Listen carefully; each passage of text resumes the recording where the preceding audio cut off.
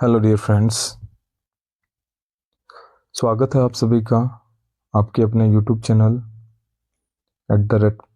@Major classes पे। हमारी tense की क्लास चल रही है। टेंस पे हमने जो टेंस के बेसिक्स हैं, बेसिक बातें हैं टेंस सीखने के लिए, वही क्लास में हमने कर ली हैं। इस क्लास में कुछ बची हुई बेसिक बातें हैं वो और इंक्लूड करते हुए आज की क्लास हम शुरू करते हैं। और आज की क्लास का मेन टॉपिक है difference between tense and time. Tense और टाइम दोनों में क्या अंतर होता है। टेंस एंड टाइम दोनों एक नहीं होते हैं। Tense and time both are not equal. There is no one to one relationship between tense and time. Tense और टाइम को हम समझते हैं इंटरचेंजेबली, एक ही समझते हैं, लेकिन टेंस और टाइम एक नहीं होते हैं। कैसे नहीं होते हैं? देखिए, जो टेंस होता है वो लिंग्विस्टिक कंसेप्ट है। क्या है? लिंग्विस्टिक कंसेप्ट है, ग्रामेटिकल कंसेप्ट है। यानी टेंस केवल जो किसी भी लैंग्वेज की ग्रामर होती है, किसमें? ग्रामर में, उसी में पाया जाएगा। टेंस किसी लैंग्वेज की ग्रामर में पाया जाएगा, लेकिन दुनिया में जो हर लैंग्वेज है उसकी ग्रामर लिखित में हो, रिटर्न में हो, ये कोई जरूरी नहीं है। लेकिन जो टाइम है वो यूनिवर्सल कंसेप्ट है। कैसा कंसेप्ट है? यूनिवर्सल कंसेप्ट है, जनरल कंसेप्ट है। यानी ये हर लैंग्वेज में पाया ही जाएगा, लैंग्वेज में होगा ही। टेंस की जो पहचान है, जो आइडेंटिफिकेशन है, वो वर्ब की फॉर्म को देख के की जाती है। टेंस की पहचान कैसे की जाती है? वर्ब की फॉर्म को देख के, कि इसमें जैसे देखिए एक टेबल और है, मैं आपको उसे समझाता हूँ। ये वाली वर्ब की फॉर्म कितनी होती है? मेनली जो वर्ब की फॉर्म होती है वो तो तीन ही होती है। बेस फॉर्म, ये बेस फॉर्म का ही फॉर्म है, second form and third form. इनको ऐसे पूरी वैरायटी में बांटेंगे तो कितनी फॉर्म हो जाती है? 5। पिछली वाली क्लास में हमने देखा था। बेस फॉर्म होती है, हमेशा प्लूरल होती है, इसको फर्स्ट फॉर्म बोलते हैं। प्लूरल सब्जेक्ट के साथ में यूज की जाती है ये बेस फॉर्म हमेशा। ठीक है। अब सब्जेक्ट सिंगुलर होगा तो कौन सी वर्ब की फॉर्म यूज की जाती है प्रेजेंट टेंस में? S S form. इसको बेस फॉर्म सिंगुलर फॉर्म भी बोलते हैं। एक होती है सेकंड फॉर्म, इसको पास्ट फॉर्म बोलते हैं। एक होती है पास्ट पार्टिसिपल फॉर्म, और एक होती है आईएनजी फॉर्म। क्या होती है? ING form. अब इनमें कौन सी फाइनाइट है, कौन सी नॉन फाइनाइट, ये नीचे लिखा हुआ है। देखिए, अब जो बेस फॉर्म होती है उसमें टेंस होता है, और जिन वर्ब में टेंस होता है उनको फाइनाइट वर्ब बोला जाता है। क्या बोला जाता है? फाइनाइट। प्रीवियस क्लास में हमने ये पढ़ा था, जो वर्ब क्या शो करें? टेंस को शो करें। टेंस को शो करें वो तो क्या कही जाएंगी? फाइनाइट। और जो वर्ब टेंस को शो नहीं करे वो क्या कही जाएंगी? Non finite. तो जो बेस फॉर्म होती है प्लूरल वाली, वो टेंस को शो करती है, यानी वो क्या होती है? फाइनाइट। जो एस फॉर्म होती है वो भी टेंस को शो करती है, वो भी क्या करती है? टेंस को शो करती है, टेंस्ड होती है, यानी ये भी फाइनाइट होती है। जो सेकंड फॉर्म होती है, पास्ट टेंस फॉर्म जिसको बोलते हैं, वो भी क्या होती है? टेंस्ड होती है, वो भी क्या होती है? टेंस। लेकिन जो थर्ड फॉर्म होती है और जो आईएनजी फॉर्म होती है, ये नॉन फाइनाइट वर्ब होती हैं, टेंस लेस वर्ब होती हैं। क्या होती हैं? टेंस लेस वर्ब होती हैं। ठीक है। तो टेंस की पहचान देखो, अगर बेस फॉर्म आ गई है, क्या आ गई है? Base form. इनमें से कोई एक आई है, सिंगल यूज हुआ है, तो उसमें प्रेजेंट टेंस है। अगर ये आई है, सेकंड फॉर्म सेंटेंस में यूज हुई है, इसका मतलब उसमें पास्ट टेंस है। किसी हेल्पिंग वर्ब के साथ में, हेल्पिंग वर्ब अब प्रेजेंट टेंस के अलग है, पास्ट टेंस के अलग है, उनके साथ में अगर ये थर्ड फॉर्म आई तो उसका नाम अलग हो जाएगा टेंस का। ये किसी हेल्पिंग वर्ब के साथ में आईएनजी फॉर्म आई है तो उसका नाम अलग हो जाएगा। तो टेंस की पहचान कैसे की जाती है? वर्ब की फॉर्म के according, according to verb form. Next, तो यही बात बताई जा रही है इसमें, जो टेंस की पहचान है, टेंस की जो आइडेंटिफिकेशन है, वो वर्ब की फॉर्म से की जाती है, वर्ब की फॉर्म से। लेकिन जो टाइम होता है, जो टाइम होता है वो कंटिन्यू चलता रहता है। क्या होता है? कंटिन्यू चलता रहता है, continue existence of everything. Time में हम क्या मापते हैं कि लगातार कोई भी चीज चली जा रही है, कोई भी इसका अस्तित्व है, उस चीज को क्या किया जाता है? मेजर किया जाता है, मेजरमेंट किया जाता है। और ये मेजरमेंट होता है या तो वॉच के द्वारा होता है या कैलेंडर के द्वारा। किसको मेजर करने की यूनिट है ये? Calendar and watch. टाइम को। किसको? टाइम को। अब टाइम को वैसे तो मेजर नहीं किया जा सकता, ये कंटिन्यूस चलता रहता है हमेशा, आगे की तरफ ही आता है, ये पीछे नहीं आता है। ये टाइम हमेशा क्या होता है? कंटिन्यूस। टाइम हमेशा कंटिन्यूस वे में चलता है। इसको केवल टुकड़ों में बांटा जा सकता है। ऐसे समझने के लिए, टाइम को समझने के लिए क्या किया जा सकता है? ऐसे टुकड़ों में बांटा जा सकता है। लेकिन ये चलता तो क्या रहता है? सीधा ही चलता रहता है। अब टाइम को हम किस तरह से बांट रहे हैं, कितने क्वांटिटी में या कितनी मात्रा में उसका माप कर रहे हैं, वो डिपेंड करता है हम पे। अगर मान लो हम किसी एक ही मिनट की सेंस को नाप रहे हैं, एक ही मिनट की बात हो रही है, तब टाइम कैसे कैसे चेंज होगा देखिए। जैसे मान लो अभी 6 बजे हैं। क्या बजे हैं? 6। और हमें केवल मिनट में टाइम को नापना है। इसमें मिनट में। तो 6 बज के और मान लो 1 मिनट के बीच के इस टाइम को हम नाप रहे हैं। 6 बज के 1 मिनट का जो टाइम है ना, इसको हम नाप रहे हैं। तो 6 बजने से लेके और 1 मिनट होने तक के ये जो बीच का समय है, ये कहा जाएगा प्रेजेंट टाइम। कैसा टाइम? प्रेजेंट। इस 6 बजे से पहले का टाइम होगा वो होगा पास्ट, और इस 6 बज के 1 मिनट के बाद का टाइम होगा वो होगा फ्यूचर।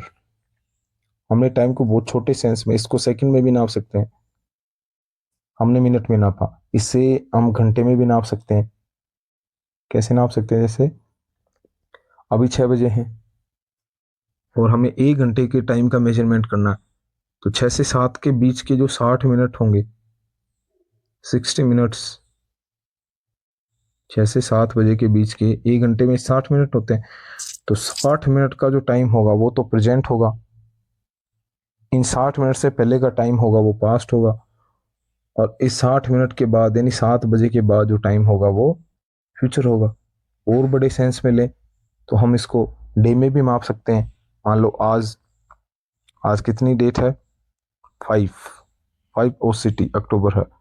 अब एक जो दिन होता है उसमें 24 घंटे होते हैं। तो इन 24 घंटे के पहले का जो टाइम है वो पास्ट, इसके बाद का फ्यूचर, और ये जो 24 घंटे हैं आज के, ये है प्रेजेंट। क्या है ये? प्रेजेंट।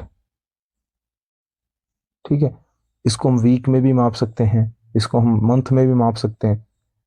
मान लो वीक अभी, आज संडे है, आज संडे है, और ये स्टार्ट कहाँ से होता है? मंडे से। तो मंडे से लेके संडे के बीच के ये जो 7 दिन होंगे, ये तो प्रेजेंट होंगे। इस मंडे से पहले का, इस मंडे के पहले वाले जो संडे मंडे थे वो पास्ट में आएंगे, और इस संडे के बाद में आने वाला जो टाइम होगा वो कैसा वीक होगा? फ्यूचर वाला वीक होगा। इसको मंथ में भी माप सकते हैं। मान लो अभी अक्टूबर चल रहा है और महीना होता है, आप सबको पता है कौन सा महीना है, उसमें कितने दिन होते हैं? अक्टूबर में 30 डेज होते हैं। तो ये 30 डेज तो प्रेजेंट है। इस अक्टूबर से पहले के जो डेज थे, जो मंथ्स थे, वो पास्ट हैं, और इस अक्टूबर के बाद में जो आएंगे वो कैसे होंगे? फ्यूचर। कैसे होंगे? फ्यूचर।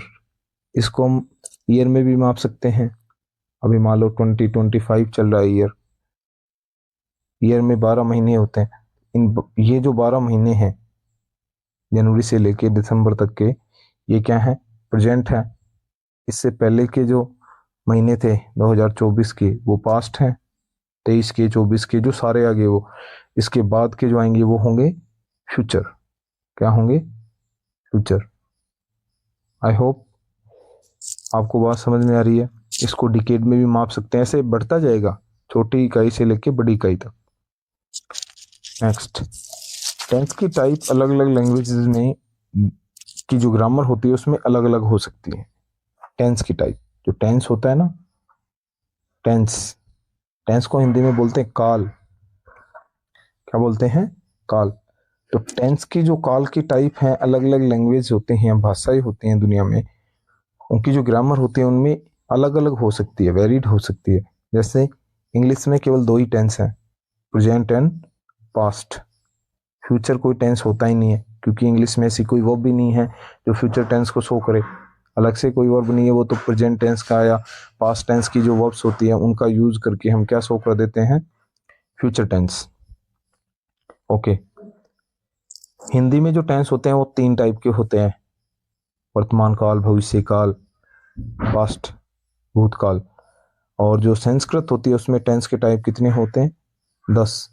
ऐसे ही जो अलग अलग लैंग्वेजेस हैं उनमें टेंस के टाइप अलग अलग हो सकते हैं, लेकिन दुनिया की कोई भी लैंग्वेज हो उसमें टाइम के जो टाइप होंगे ना वो सेम होंगे।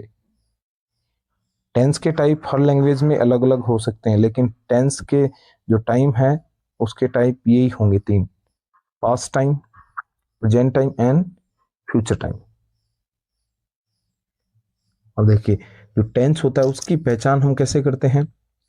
जो वीपी होती है, वर्ब फ्रेज होती है सेंटेंस में या क्लोज में, उस वीपी को देख के, उसके पहले एलिमेंट को देख के, कि पहले एलिमेंट के स्थान पे अगर फर्स्ट फॉर्म आई है, सेकंड फॉर्म आई है, तो वो क्या है? टेंस्ड है, उसमें टेंस है। और अगर ये नहीं है तो उसमें टेंस नहीं है। तो टेंस की पहचान कैसे करते हैं हम? फाइनाइट वीपी के फर्स्ट एलिमेंट की फॉर्म को देख के। किसको देख के? फॉर्म यानी शक्ल। तो टेंस की पहचान हम फॉर्म को देख के करते हैं, लेकिन जो टाइम होता है उसकी पहचान फॉर्म को देख के ही नहीं होती है, उसके लिए हमें मीनिंग भी सेट करना पड़ता है उसका। क्या करना पड़ता है? मीनिंग। तो ये सिमेंटिक सिस्टम है। सिमेंटिक सिस्टम मतलब होता है जो मीनिंग से रिलेटेड होता है। ग्रामेटिकल सिस्टम होता है जो फॉर्म से रिलेटेड होता है। तो टेंस तो फॉर्म से रिलेटेड सिस्टम है, और जो टाइम है वो सिमेंटिक है, मीनिंग से रिलेटेड सिस्टम है। आई होप आपको ये डिफरेंस था, ये समझ में आया होगा। एक बार खुद से आप भी रिवाइज कर लेना इसको। अब चलते हैं आगे। ये जो हमने बात पढ़ी है टेंस और टाइम में क्या डिफरेंस होता है, इसके लिए एग्जाम्पल देखते हैं। यहाँ नीचे कुछ एग्जाम्पल लिखे हैं, ठीक है। टेंस के लिए सबसे पहले आपको वर्ब की पहचान करनी आनी चाहिए। किसकी? वर्ब की। वीपी जिसको बोलते हैं, verb phrase. Verb phrase, verb phrase. देखिए, इससे पहले एक बात और समझिए, ग्रामर में एक हायरार्की होती है। हायरार्की का मतलब पदानुक्रम होता है, कि सबसे नीचे होता है, और भी नीचे होता है। मैं आपको लेटर से बताता हूँ। लेटर, लेटर, लेटर का मतलब होता है अक्षर। कोई भी भाषा होते है ना, तो अक्षर होता है, वो क्या होता है? सबसे छोटी यूनिट होता है किसी भी भाषा की। उससे ऊपर होता है शब्द। ये अक्षर जो लेटर्स हैं, जैसे ए है, बी है, सी है, डी है, ए से लेके जेड तक जो अल्फाबेट है वो क्या है? लेटर्स है। अब ये लेटर्स मिलके क्या बनाते हैं? वर्ड। क्या बनाते हैं? वर्ड्स।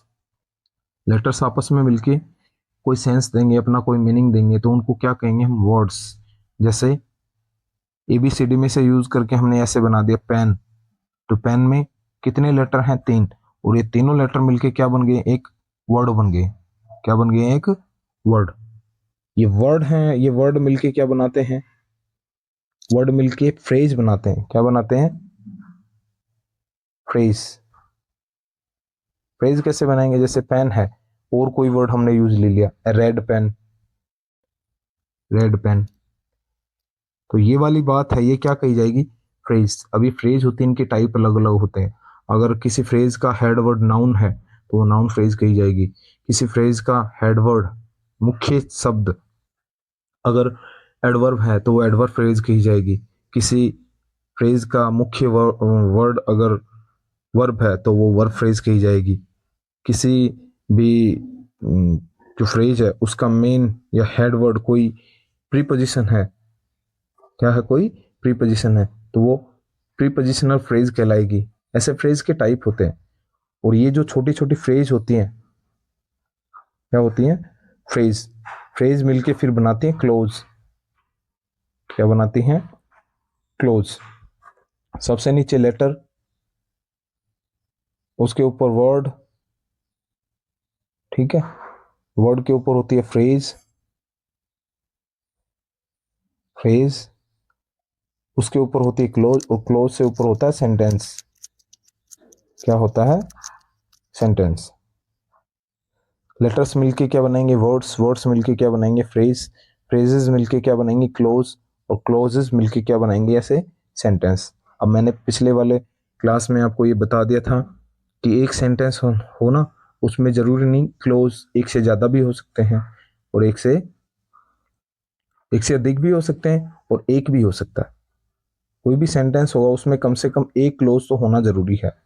और ये क्लोज वाली बात आपको मैंने पहले ही बता दी थी कि क्लोज की पहचान कैसे करेंगे। जो मेन वर्ब होती है ना सेंटेंस में, क्या होती है? Main verb. मेन वर्ब किसी भी सेंटेंस में जितने मेन वर्ब होंगे ना, उसमें उतने ही क्लोज के होंगे। तो ये जो सेंटेंस है ना, इनमें चलो देखिए, अभी हम फ्रेज की, लेटर की, इनकी बात कर लें एक बार, थोड़ा सा समझ में आ जाए आपको। ये सेंटेंस है, एक सेंटेंस देखिए, इसमें एच और ई दोनों मिलके एक वर्ड बना रहे हैं। क्या बना रहे हैं? वर्ड बना रहे हैं। SELLS, सेल्स, ये दोनों सारे मिलके क्या बना रहे हैं? एक वर्ड बना रहे हैं। लेटर्स मिल रहे हैं फिर वर्ड बना रहे हैं। तो ये BWO के लेटर्स मिलके एक वर्ड बना रहे हैं। तो ये अलग अलग पढ़ेंगे इनको, HESELLSBWOKS, तब तो ये है लेटर।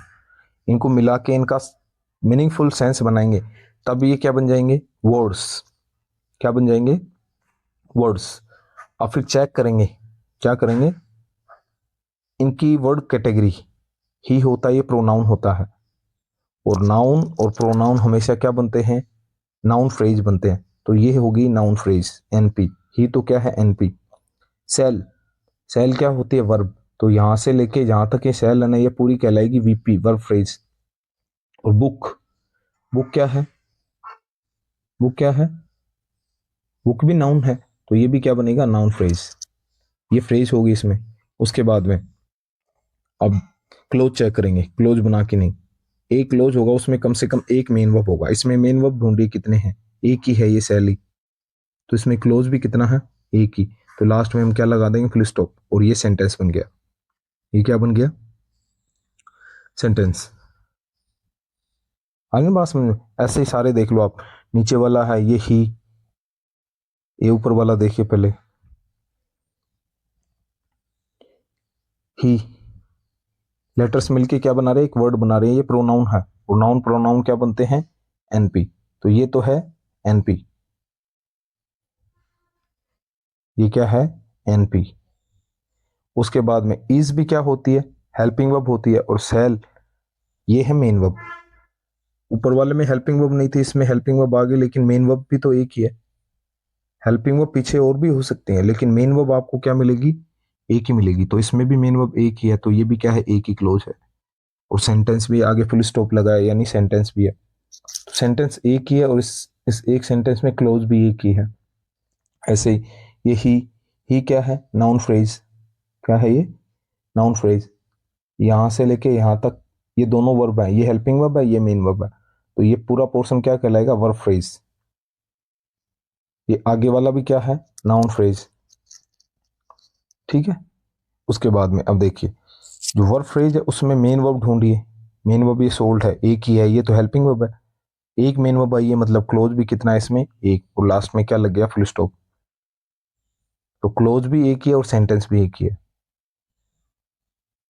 आपको बात समझ में आ गई होगी। अब चलते हैं हम टेंस और टाइम में जो डिफरेंस देख रहे थे उसको देखिए। सेंटेंस को पढ़िए। ही सेल्स बुक्स, वह किताबें बेचता है। प्रेजेंट टेंस होता है ना, उसमें वर्ब की फर्स्ट फॉर्म या फर्स्ट फॉर्म में एस लगा के जो बात बोली जाती है, उसमें मतलब ये है कि वो काम रेगुलर होता रहता है। रेगुलर का मतलब वो पहले भी होता था, पास्ट में भी होता है, था, प्रेजेंट में भी हो रहा है, प्रेजेंट में भी हो रहा है, और फ्यूचर में भी वो काम होगा, होगा ना। तो इसमें देखिए, टेंस तो हमने इस वर्ब के अकॉर्डिंग पहचान लिया कि बेस फॉर्म यूज हुई है, बेस फॉर्म के साथ एस हुआ है। एस क्यों आ गया? क्योंकि ये सब्जेक्ट हमारा सिंगुलर है, ही। तो इसके साथ में हमने बेस फॉर्म को क्या बना दिया, सिंगुलर, बेस फॉर्म को सिंगुलर बना दिया। तो ये तो पता चल गया टेंस तो इसमें प्रेजेंट टेंस है, लेकिन टाइम कौन सा है? टाइम देखो, ये काम बेचने का काम है, प्रेजेंट में भी हो रहा है, पास्ट में भी हो रहा था और फ्यूचर में भी होगा। भाई किसी ने दुकान खोल रखी है, सामान बेच रहा है, तो ऐसा नहीं है वो एक ही दिन बेचेगा, उसका तो रेगुलर का काम है, रेगुलर रूटीन है ना। तो प्रेजेंट टेंस की जो फॉर्म्स होती है ना, वो प्रेजेंट टाइम को भी शो करती हैं, पास्ट टाइम को भी शो कर सकती हैं और फ्यूचर को भी शो कर सकती हैं। टेंस की वर्ब टाइम को शो कर सकते हैं, कौन कौन से टाइम को?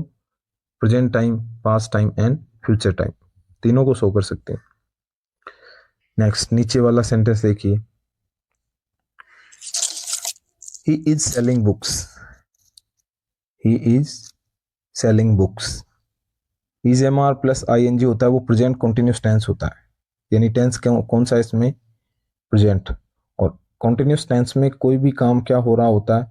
प्रेजेंट है तो वो काम प्रेजेंट में हो रहा है, पास्ट कॉन्टिन्यूस है तो वो काम पास्ट में हो रहा था, और फ्यूचर कॉन्टिन्यूस है इसका मतलब वो काम फ्यूचर में हो रहा होगा। यहाँ प्रेजेंट है मतलब काम अभी हो रहा है, पास्ट में हुआ या नहीं इसका पता नहीं, तो इसमें टेंस भी क्या है? प्रेजेंट, और इसका टाइम भी क्या है? प्रेजेंट। काम अभी हो रहा है, पास्ट की बात नहीं की जा रही। Next, he has sold books, he has sold books, वह किताबें बेच चुका है, किताबें बेच चुका है, यानी जो किताबें बेचनी थी उसने बेच दी हैं। तो इसमें जो टेंस है ना वो हैज प्लस वर्ब की थर्ड फॉर्म, ये प्रेजेंट परफेक्ट टेंस होता है। तो टेंस तो प्रेजेंट है इसमें, लेकिन काम देखिए कि वो किताबें बेच चुका है, काम तो हो गया ना। वो काम हो जाता है, वो टाइम कौन सा होता है? काम हो चुका होता है, काम हो चुका होता है, वो पास्ट टाइम होता है। तो इसमें टेंस तो प्रेजेंट है, लेकिन शो किस टाइम को कर रहा है? ये पास्ट टाइम को। ऐसे ही अगला, ही सोल्ड बुक्स, उसने किताबें बेची। सोल्ड सेल की सेकंड फॉर्म होती है, सेकंड फॉर्म से हमें पता चल गया कि पास्ट टेंस है इसमें, लेकिन टाइम कौन सा है? टाइम भी इसमें पास्ट है कि बेच चुका है, वो बेच दी है उसने किताबें।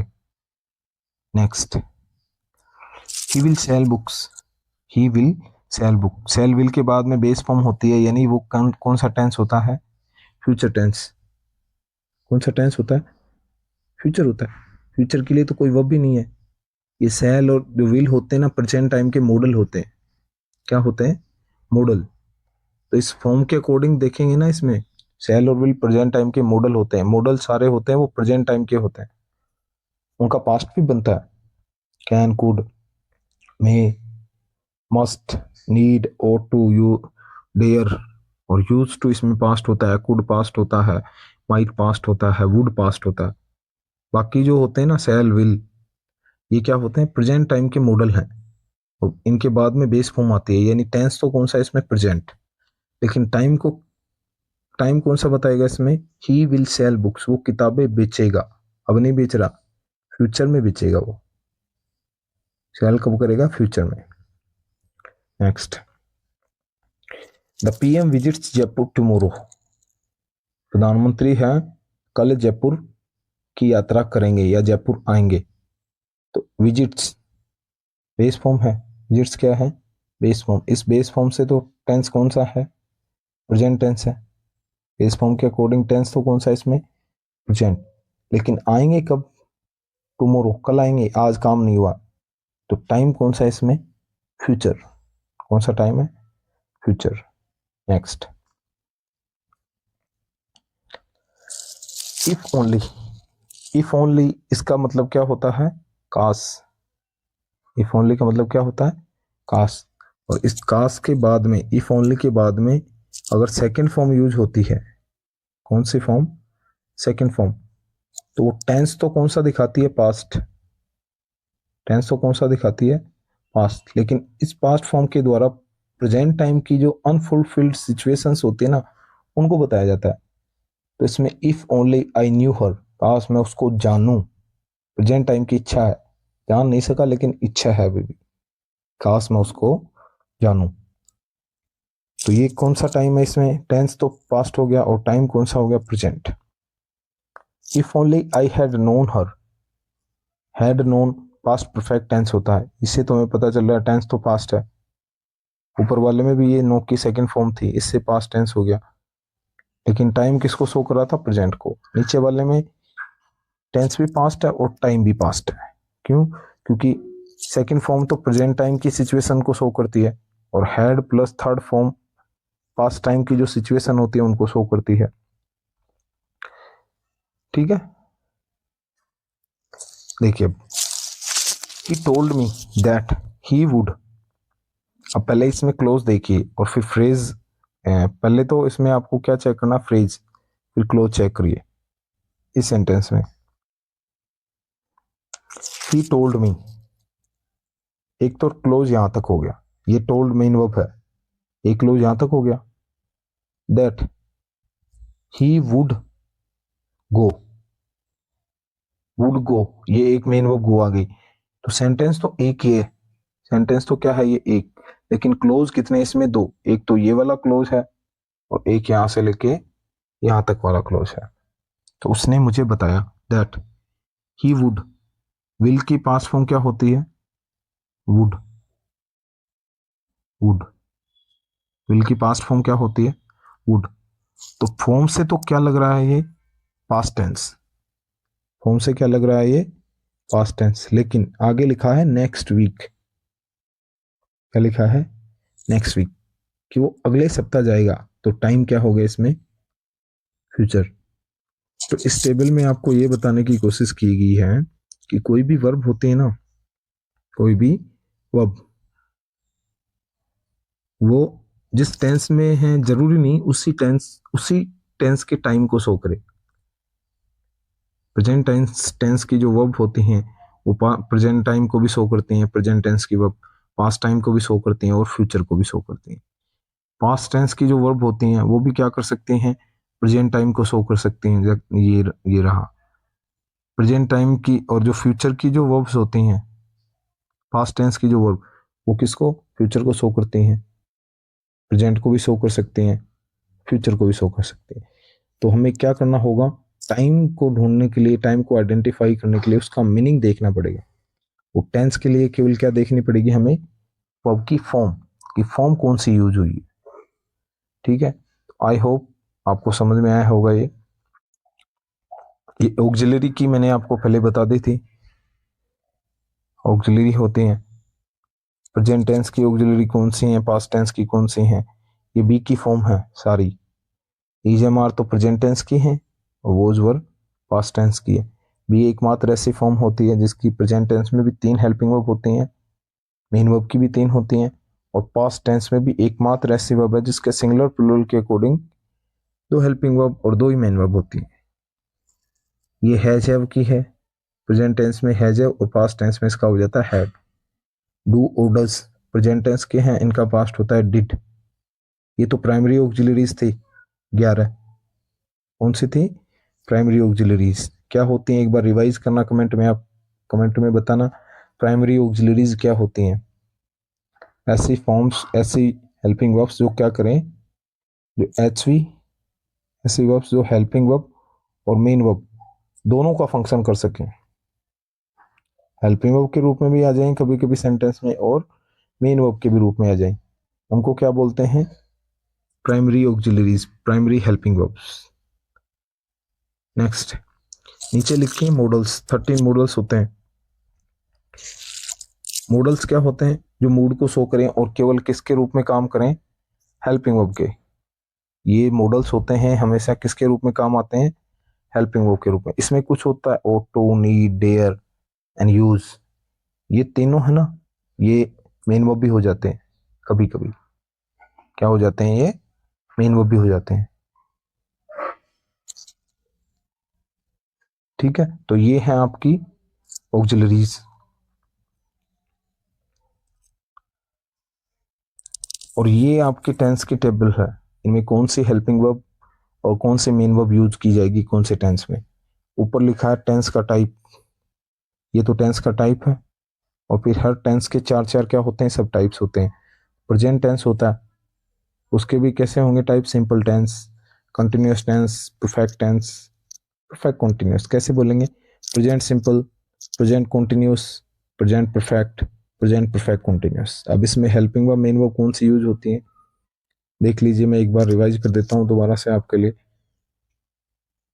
प्रेजेंट टेंस होता है, उसमें जो सिंपल टेंस होगा प्रेजेंट टेंस का, 4 सब टाइप है प्रेजेंट के। तो प्रेजेंट सिंपल टेंस में पॉजिटिव सेंटेंस में तो हम क्या यूज करेंगे, या तो बेस फॉर्म अगर सब्जेक्ट हमारा प्लूरल है तो, और सब्जेक्ट हमारा सिंगुलर है तो उस बेस फॉर्म को सिंगुलर बनाएंगे एस ई एस लगा के।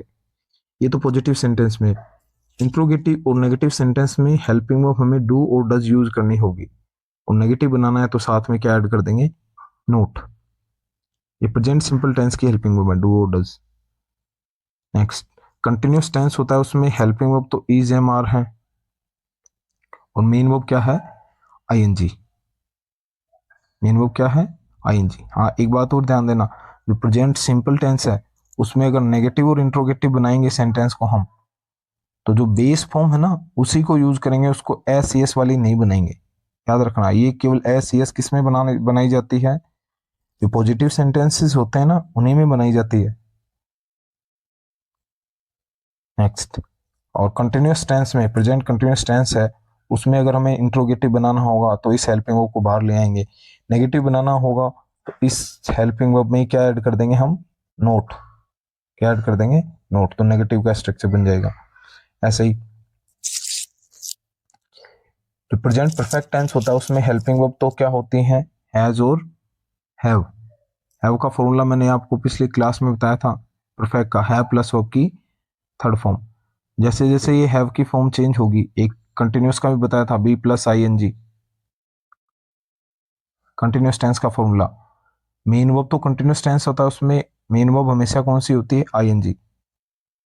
और ये बी की फॉर्म जैसे जैसे चेंज होगी ना वैसे वैसे टेंस का नाम हो जाएगा। बी की फॉर्म अगर ई एम आर आएंगी, कौन से आएंगी, ई एम आर, तो वो हो जाएगा प्रेजेंट कंटिन्यूस। वोज वर आएंगी और उसके बाद में आई एन जी, तो वो हो जाएगा पास्ट कंटिन्यूस। और बी से पहले सेल और विल लग जाएगा, मॉडल सेल और विल लग जाएगा, तो वो क्या बन जाएगी, फ्यूचर कंटिन्यूस। ऐसे ही परफेक्ट का भी यही फॉर्मूला है। अगर प्रेजेंट टेंस में हम बात करें तो ये हैव दो फॉर्म में बट जाएगा हेल्पिंग वर्ब में, हैज तो सिंगुलर के लिए और हैव खुद होती है प्लूरल के लिए, और इसके बाद में आएगी थर्ड फॉर्म, वो क्या हो जाएगा, प्रेजेंट परफेक्ट। अगला, प्रेजेंट परफेक्ट कंटिन्यूस में देखो हेल्पिंग वर्ब दो यूज होती हैं। दो कौन सी हैं, एक तो हैज हैव हो गई है, और एक होती है बीन। अब देखिए इसमें एक तो परफेक्ट का फॉर्मूला और एक कंटिन्यूस का फॉर्मूला, दोनों इंक्लूड हैं। इन दोनों को मर्ज करके किसका फॉर्मूला बना दिया हमने, परफेक्ट कंटिन्यूस का। परफेक्ट कंटिन्यूस का, परफेक्ट कंटिन्यूस का फॉर्मूला क्या होता है, बीन से पहले, बीन प्लस वर्ब की आईएनजी फॉर्म, इससे पहले क्या यूज कर दें हम, have. Have plus been plus verb की थर्ड फॉर्म, ये फॉर्मूला अगर हम यूज कर दें तो किसका फॉर्मूला बन गया, ये परफेक्ट कंटिन्यूस टेंस का। अब जैसे जैसे हैव की फॉर्म चेंज होंगी, प्रेजेंट टेंस में ये हैज और हैव हो जाएगा,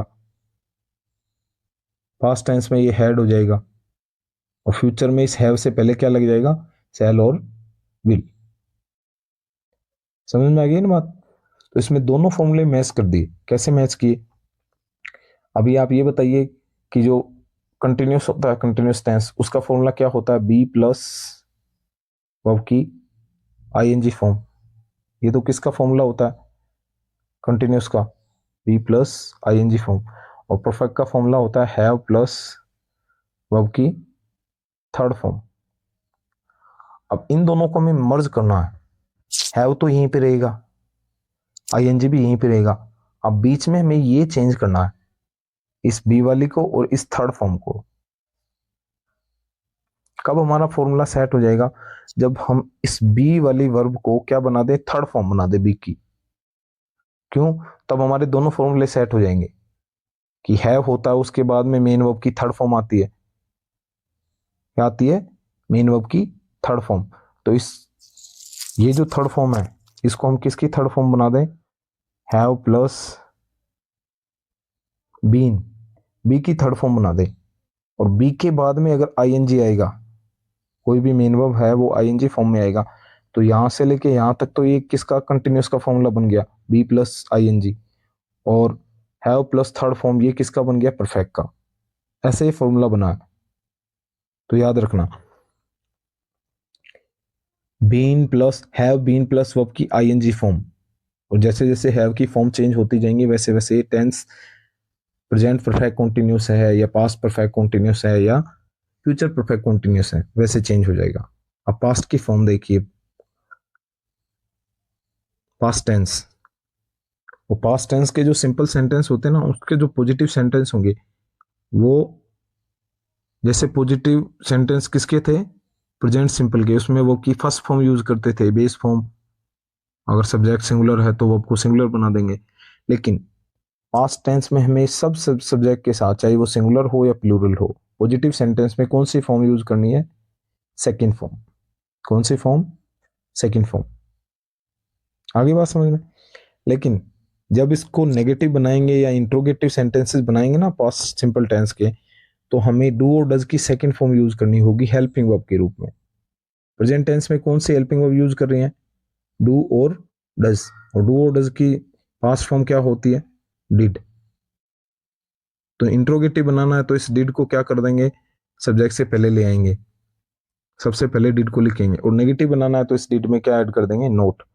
और वही बात जैसा डू और डज के बाद में कौन सी फॉर्म यूज होती है, बेस फॉर्म। तो डू और डज इन्हीं की तो बहन है भाई, डिड की बहन, डिड की तो बहन है डू और डज।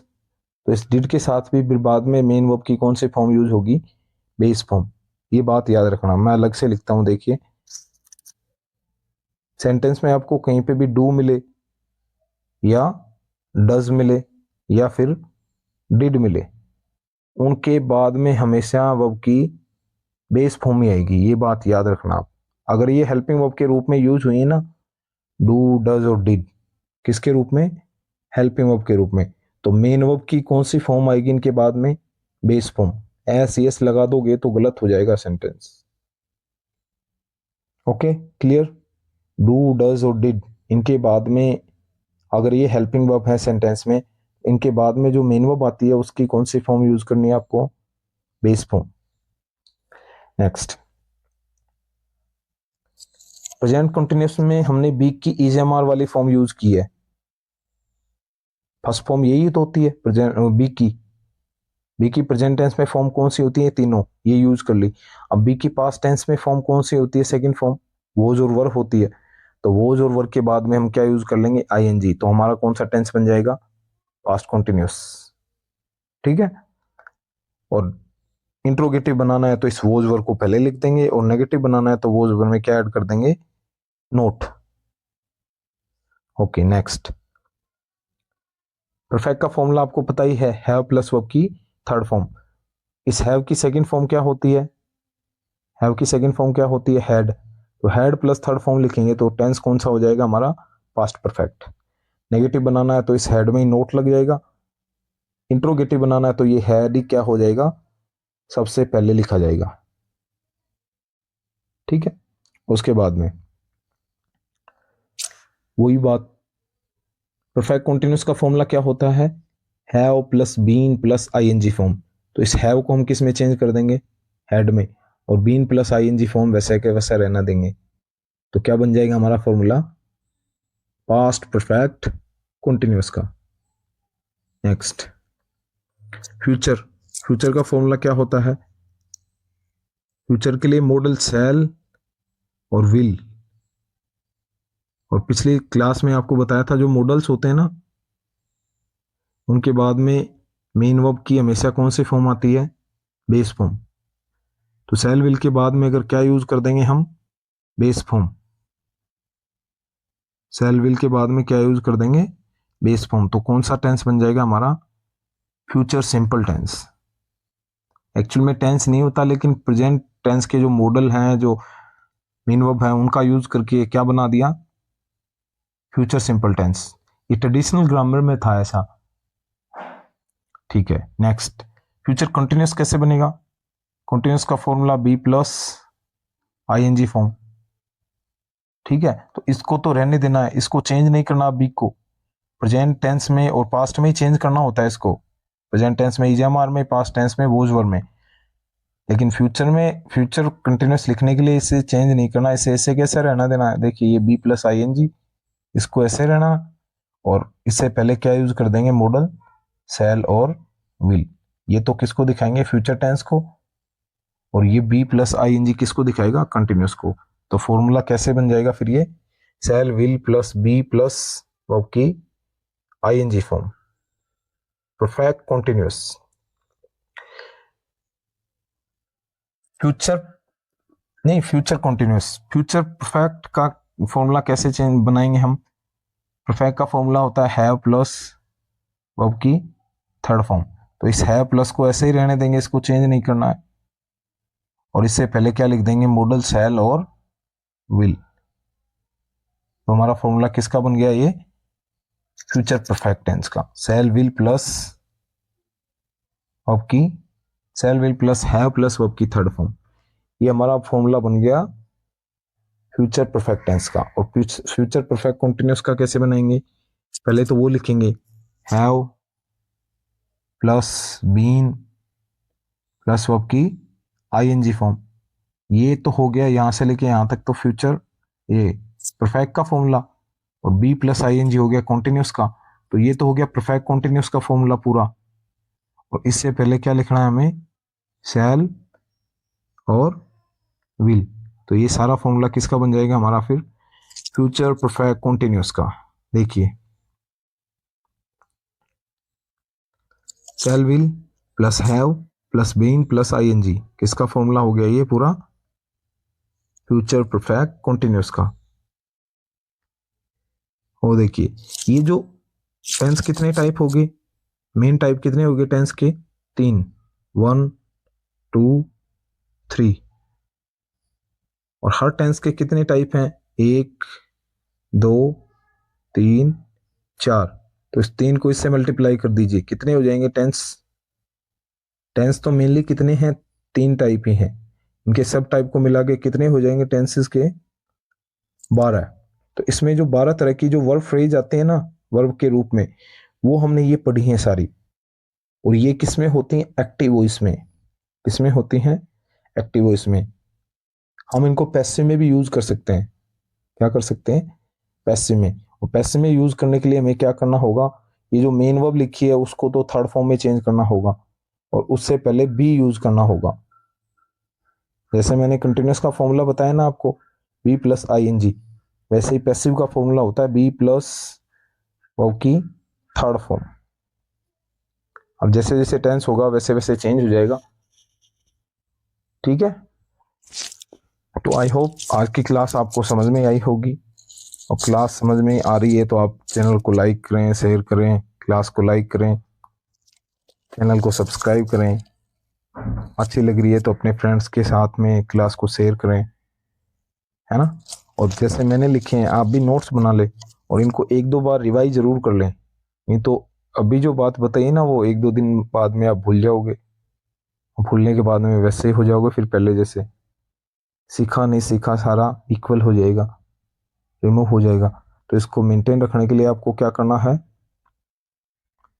इसको मेंटेन रखने के लिए आपको रिवाइज करना है, ठीक है। और कोई डाउट है तो आप कमेंट बॉक्स में कमेंट कर सकते हैं, आपको तुरंत उसका रिप्लाई मिलेगा। कल हम जो प्रेजेंट सिंपल टेंस है उसके स्ट्रक्चर्स पढ़ेंगे। क्या पढ़ेंगे, स्ट्रक्चर्स। स्ट्रक्चर्स कैसे बनेंगे, कब हम S C S form use करेंगे, कब केवल बेस फॉर्म यूज करेंगे, डू कहाँ यूज करेंगे, डज कहाँ यूज करेंगे, ऐसे सेंटेंस बना बना के चेक करेंगे हम, ठीक है। तो